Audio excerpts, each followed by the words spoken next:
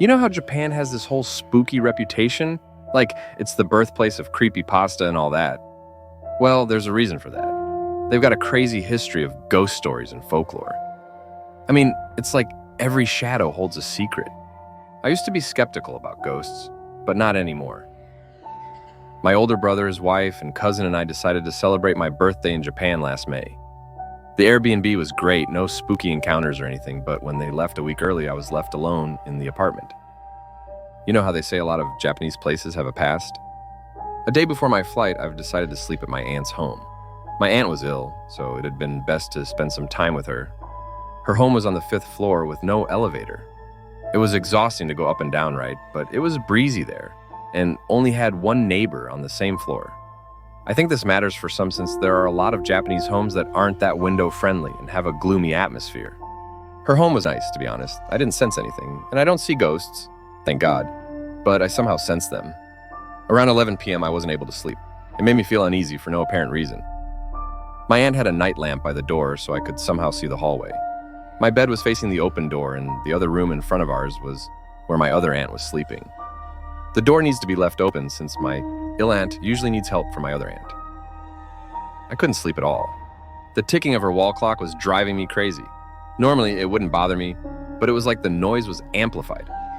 I finally gave up and put in my earbuds. I must have drifted off because I had this weird dream about hunting for a ghost with my aunt's family. While we were looking for the ghost, I suddenly saw a figure. It was like a grayish-brown silhouette of a woman. It had short hair, and then I focused on the face, as vaguely as I remember it, and had no face at all. It was so weird. It was like time jumped forward in my dream.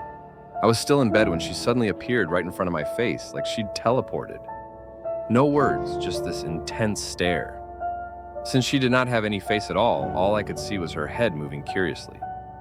It was like she was checking me out or something. When I woke up, I swear I felt her presence, standing in the hallway, just like in my dream. I looked at my phone and it was 2:30 a.m. No way that was a coincidence. My heart was pounding so hard I thought it would explode.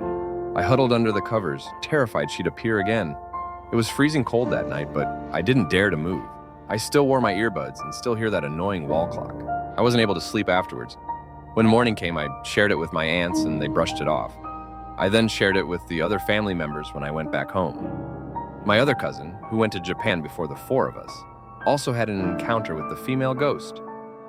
She didn't share it with anyone else before, since she didn't want to scare us. But since I've experienced it, it was justified. Her ghost experience happened when she was sleeping on the same bed where I slept, and then the ghost was whispering, "Tasukete kudasai," translating, "Help me." It was my second year when this happened. We were having class, and since we just finished an exam, we started chatting about scary stories. My teacher asked me if I've ever experienced something unexplainable. "Yes, ma'am," I immediately replied. I couldn't forget what happened, and I still have many questions about it. During my first year, my room was on the 3rd floor of the Calrin building. One afternoon, I really needed to use the restroom. Since I didn't have many close friends yet, I went alone. The girls' restroom was on the 1st floor. I hurried down, and if I remember correctly, it was around 6 p.m. It was already getting dark since I had an afternoon class. When I entered the restroom, I slightly pushed the door to close it a bit. There were 3 cubicles, and I went to the first one. Only 2 were available because the last one was broken. As I sat down, someone else entered. I heard the creaking sound of the door. They walked in front of me. I could hear their footsteps because the floor was wet from a leaking faucet. The cubicle doors were short, so you could stick your foot out to let others know that someone was inside. The bottom part of the door also had gaps, so you could see a little bit of the outside.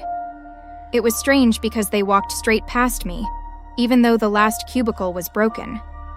But I heard the sound of footsteps again, as if they realized the last cubicle was broken. Just as I was about to reach for the dipper I had placed behind me, the person stopped in front of my cubicle. It felt like time stopped when I saw them approaching my door. They were wearing slacks. Oh no, it was a guy. Their shoes were shiny like those of the guards, so they weren't a student. They got closer and closer until their black shoes were inside the gap of the cubicle door. Everything seemed to be in slow motion.